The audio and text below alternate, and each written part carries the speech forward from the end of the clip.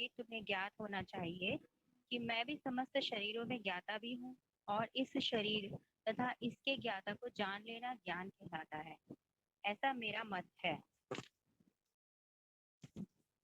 चौथा श्लोक। अब तुम मुझसे यह सब संक्षेप में सुनो कि कर्म क्षेत्र क्या है, यह किस प्रकार बना है, इसमें क्या परिवर्तन होते हैं, यह कहाँ, मेरी आवाज क्यों गूंज रही है, यह कहाँ से उत्पन्न होता है, इस कर्म क्षेत्र को जानने वाला कौन है और उसके क्या प्रभाव हैं। पांचवा श्लोक। विभिन्न वैदिक ग्रंथों में विभिन्न ऋषियों ने कार्यकलापों के बहुत क्षेत्र इको हो तथा रही है उन, आवाज। हाँ गूंज रही है आवाज। मोनिका माता जी, आप अपना हेडफोन निकालिए, फिर से लगाइए। वॉइस ठीक नहीं आ रही है। ब्लूटूथ निकाल के दोबारा से लगा। ठीक है, अब आ रही है। हाँ जी। विभिन्न वैदिक ग्रंथों में विभिन्न ऋषियों ने कार्यकलापों के क्षेत्र तथा उन कार्यकलापों के ज्ञाता के ज्ञान का वर्णन किया है। इसे विशेष रूप से वेदांत सूत्र में कार्य कारण के समस्त तर्क समेत प्रस्तुत किया गया है।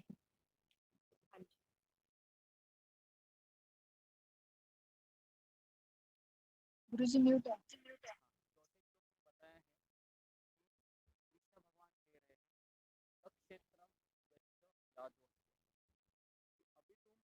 मेरे से सुनो कि क्षेत्र और उसका स्वरूप क्या होता है, उसकी निर्मिति कैसे होती है, उसका ज्ञाता कौन है।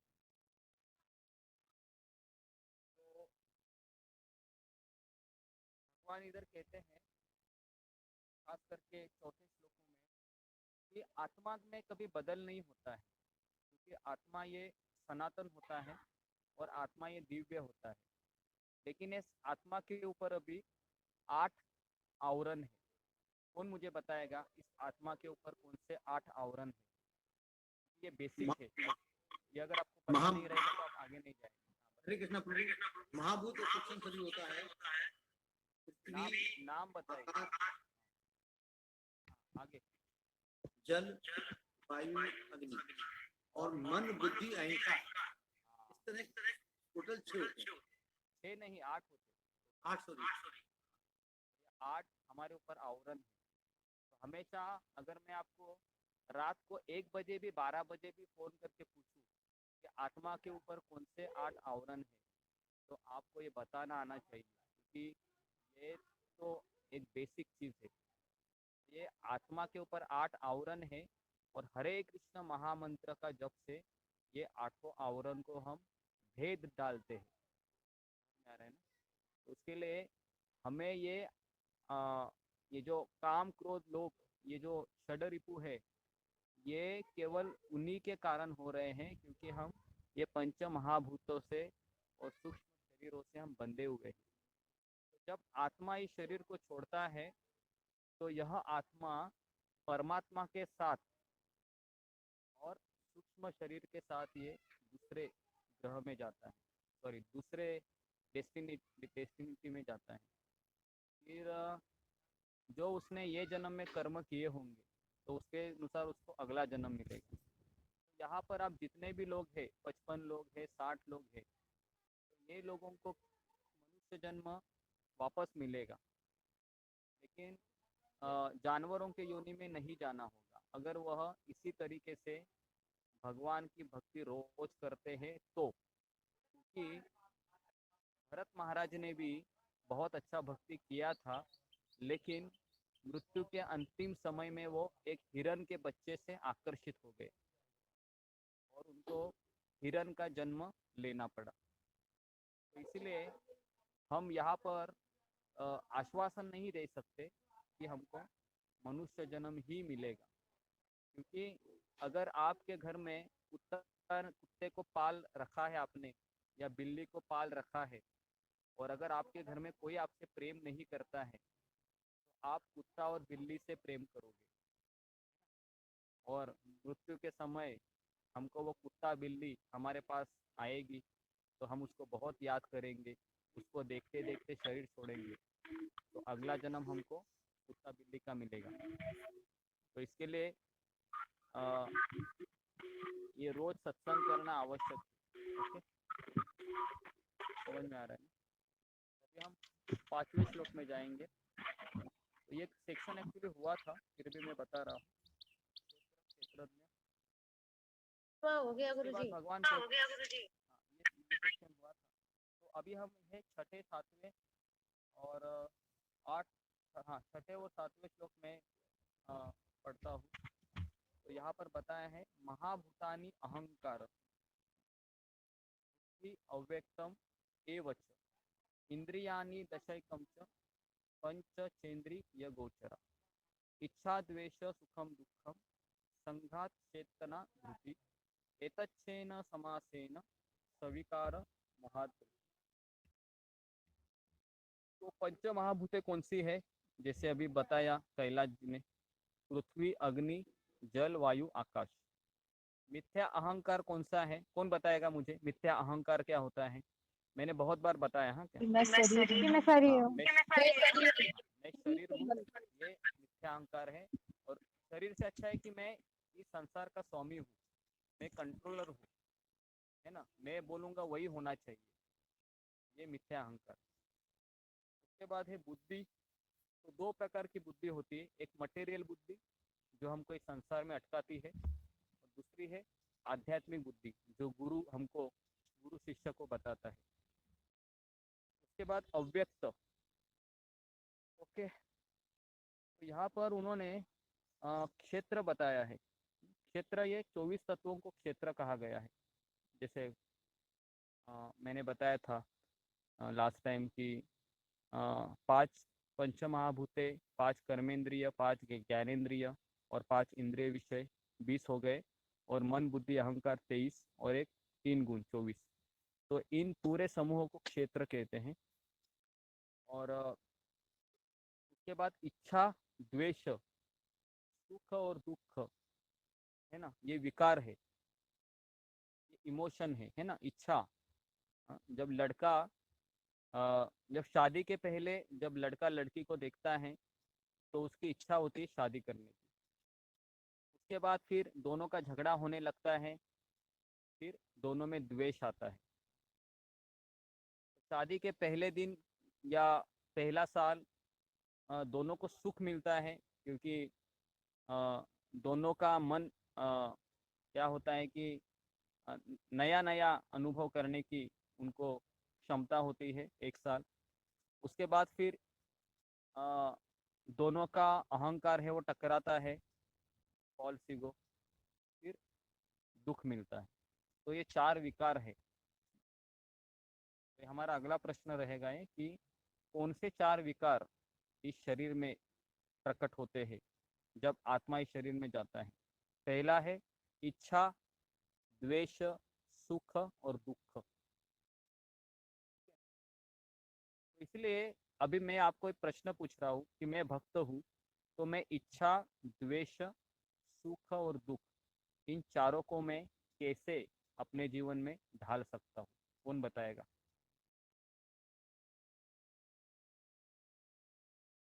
बताइए जल्दी जल्दी। प्रभु जी आपने बताया हाँ, कि जब हमें ऐसे हमें इन सब में जो भी भक्त होता है वो भी ये चीजें आती हैं, लेकिन वो इन पे टूटता है और वो इग्नोर करता है उस तरीके से। गुरुजी म्यूट हो गए, आप म्यूट हो। इच्छा, इच्छा तो इच्छा से आपका पहले बोलेंगे इच्छा, द्वेष। तो इच्छा कौन सी करोगे तुम? बोलो सानू, इच्छा कौन सी करोगे? बोलो। प्रभु के हाँ, पान की शांति। प्रभु की शांति एकदम बड़े। हाँ, कृष्ण, गुरु हमेशा गुरु के साथ रहे। कृष्ण को पाने की इच्छा रहती है। हाँ, कृष्ण को प्राप्त करने की इच्छा। ओके। और अगर आप अगर मॉल में जाओगे, तुम बिग बाजार जाओगे या बीच में जाओगी, तो कौन सी इच्छा करोगे? प्रभु जी अगर जरूर से कोई काम के लिए जा रहे हैं, ऐसा जरूरत से कोई भी चीज ऐसे भी नहीं है। ठीक है। और कोई बोलेगा मुझे इच्छा के ऊपर, क्योंकि ये बेसिक चीज़ है। मैं चाहता हूँ कि थोड़ा आपको क्लैरिटी मिले कि हमको कृष्ण कृष्ण भक्त होने के नाते, या एक कृष्ण भक्ति में हम लगे हुए, तो हमको कौन सी इच्छा करनी चाहिए। मुझे अभी तक सेटिस्फैक्टरी आंसर नहीं मिला। भक्तों का भक्ति संग और भक्ति ना छूटे। भगवान की सेवा करनी सेवा की इच्छा गुरुजी। सेवा करने की इच्छा होनी चाहिए, या मेरे कृष्ण को क्या प्रसन्नता होगी। जैसे मैंने कल दाल बाटी बनाने को बोला था, तो मुझे केवल 4 लोगों का ही नाम उसमें आया। एक सुलेखा ने एक भेजा था, उसके बाद माधवी ने भेजा था, सीमा माते ने भेजा था, और सोनिका ने भेजा। 4 ही लोगों का आया। हाँ, मैंने कथा तो 30 से 40 लोगों को कहा। इसका मतलब क्या है, आपने वो असाइनमेंट किया ही नहीं, हालांकि आधा घंटे का वो काम था। तो मुझे अच्छा नहीं लगा ये। सामान नहीं हुआ क्या है, सामान आटा रहता है, आटे में थोड़ा सा पानी हिलाने का और घी डालने का, नमक डालने का, हो गया। उसमें क्या है, ज्यादा प्रभु जी मैंने भी किया था। प्रभु जी मैंने भी किया था असाइनमेंट। किया था assignment, लेकिन भेजा नहीं। असाइनमेंट भेजने का भी आवश्यक भेजा था प्रभु जी। प्रभु जी आपकी आवाज कम आ रही है, औरों की बहुत ज्यादा आवाज आ रही है। हाँ, तो अभी क्या है, आइटम का नाम निकाला, इसके लिए सब लोग आवाज कर रहे हैं। कोई बात नहीं। तो ठीक है, सब लोग साउंड को जरा म्यूट कीजिए, सारे लोग। तो मैं ये कहना चाह रहा था कि जिन्होंने जिन्होंने दाल बाटी नहीं बनाया है, वो लोग आज भी बनाइए और भगवान को अर्पण कीजिए, क्योंकि आपने कथा वो सुनी है। कृष्ण आपसे प्रसन्न हो जाएंगे अगर आज आपने बना लेंगे गुरुजी पक्का। हाँ, तो प्रभु जी आप कोई रेसिपी सेंड कर सकते हैं ग्रुप में जिसको बनानी आती है। हाँ, रेसिपी मैंने सेंड किया हुआ था, वापस मैं सेंड करता हूँ। मैंने ग्रुप में किया था, वापस सेंड। धन्यवाद गुरु। ये आप भगवान के लिए बनाना चाहिए, और यही इच्छा, तो इच्छा शब्द जैसे आया ना, मुझे वो कल का वो क्लिक हो गया। द्वेष, तो द्वेष किसका करता है भक्त, कौन बताएगा मुझे। भक्त द्वेष किसका करता है, जो भक्तों की निंदा करता है ना, उनका भक्त द्वेष करता है। ठीक है। उसके बाद है सुख। गुरुजी जो भगवान के बारे में बुरा बोले। हाँ, भगवान के बारे में या भक्त की निंदा। सुख और दुख, कौन मुझे बताएगा कि सुख, एक भक्तों के लिए सुख क्या होता है, बताइए।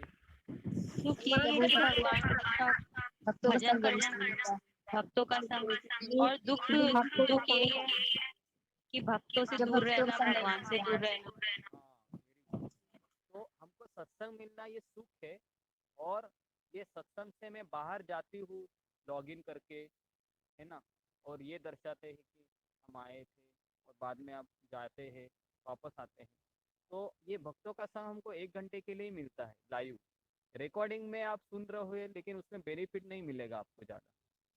लाइव तो लाइव होता है, और रिकॉर्डिंग रिकॉर्डिंग होता है।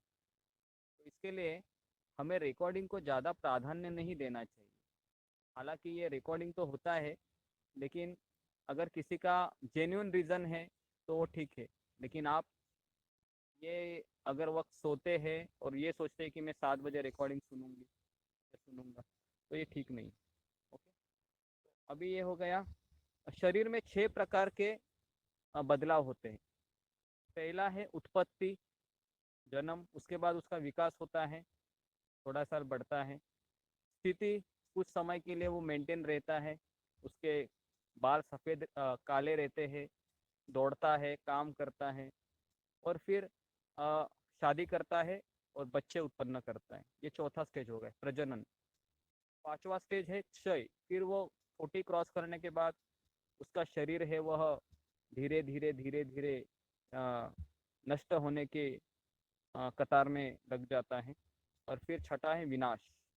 फिर वो इतना बूढ़ा हो जाता है कि उसको लगता है अभी मेरा समय आ गया है। लेकिन एक बार अकबर ने बीरबल से पूछा था, बीरबल ये हमारे अंदर के जो विकार है वो कभी जाएंगे, एक्चुअली काम, लस्ट।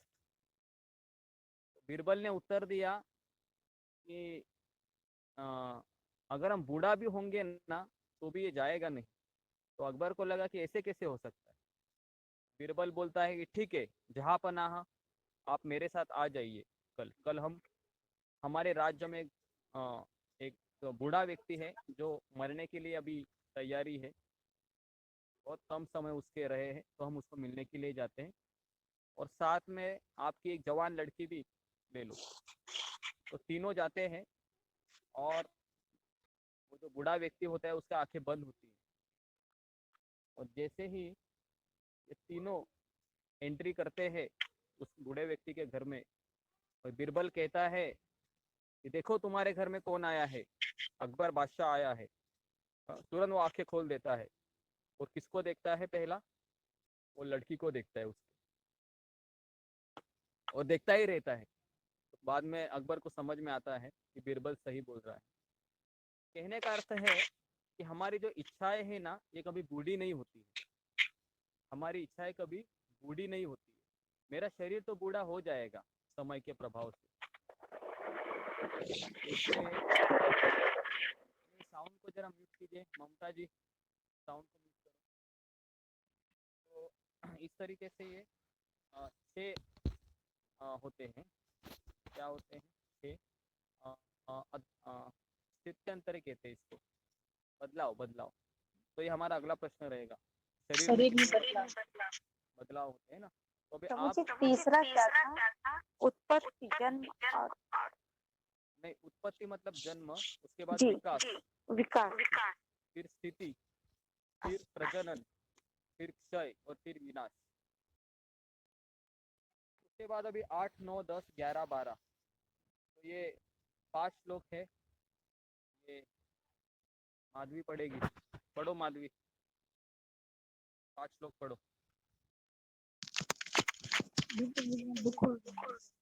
बुक नहीं खोली मैंने। जल्दी पढ़ो।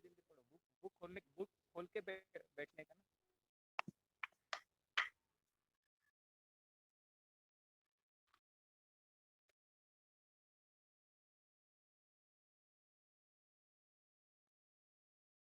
ठीक है, तब तक ये श्लोक है वो सीमा जी आप पढ़ो, वो भाषांतर पढ़ेगी। जी जी गुरुजी।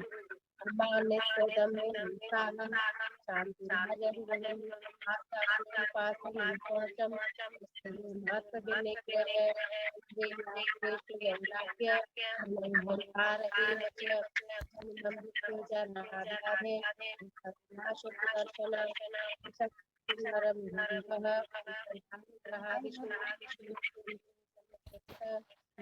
निष्ठा मई चांदनी विभाजनी विविक्त देश से बत्तर प्रतिजरना संदति अध्यात्म ज्ञान अत्यत्यम ज्ञानार्थ दर्शनम एक ज्ञानामिति समज्ञानम यततोन्यथा विनम्रता संबहीनता संकीर्णता सरलता सामाजिक गुरु के पास गुरुजी डिस्टर्ब आ रहा है।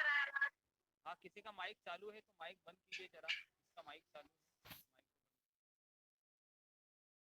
विनम्रता, दमहीनता, अहिंसा, सचनता, सरलता, प्रामाणिक गुरु के पास जाना, पवित्रता, स्थिरता, आत्म संयम, इंद्रिय तृप्ति के विषयों का परित्याग, अहंकार का अभाव, जन्म मृत्यु वृद्धावस्था तथा रोगों के दोषों की अनुभूति, वैराग्य, संतान, स्त्री, घर तथा अन्य वस्तुओं की ममता से मुक्ति, अच्छी तथा बुरी घटनाओं के प्रति समभाव, मेरे प्रति निरंतर अनन्य भक्ति, एकांत स्थान में रहने की इच्छा, जन समूह से विलगाव, आत्म साक्षात्कार की महत्ता को स्वीकारना तथा परम सत्य की दार्शनिक खोज, इन सबको मैं ज्ञान घोषित करता हूँ। और इनके अतिरिक्त जो भी है वह सब अज्ञान है। देखिए, पहला है नम्रता। कौन मुझे बताएगा वास्तविक नम्रता क्या है? वास्तविक नम्रता ये है कि मैं भगवान का दास हूँ और सारे लोग स्वामी हैं। ये वास्तविक नम्रता है। उसके बाद है निरअहंकार। तो हमारा अहंकार क्या होना चाहिए? वापस वही कि मैं कृष्ण का सेवक हूँ, कृष्ण की दासी हूँ। ये मेरा सबसे बड़ा अहंकार होना चाहिए, निरअहंकार। और ये कभी नहीं होना चाहिए कि मेरे लोग पैर पड़े, मुझे मान सम्मान दे, मुझे पूछे, मुझे आदर दे, मेरा नाम लिस्ट में नहीं है, ये मेरे साथ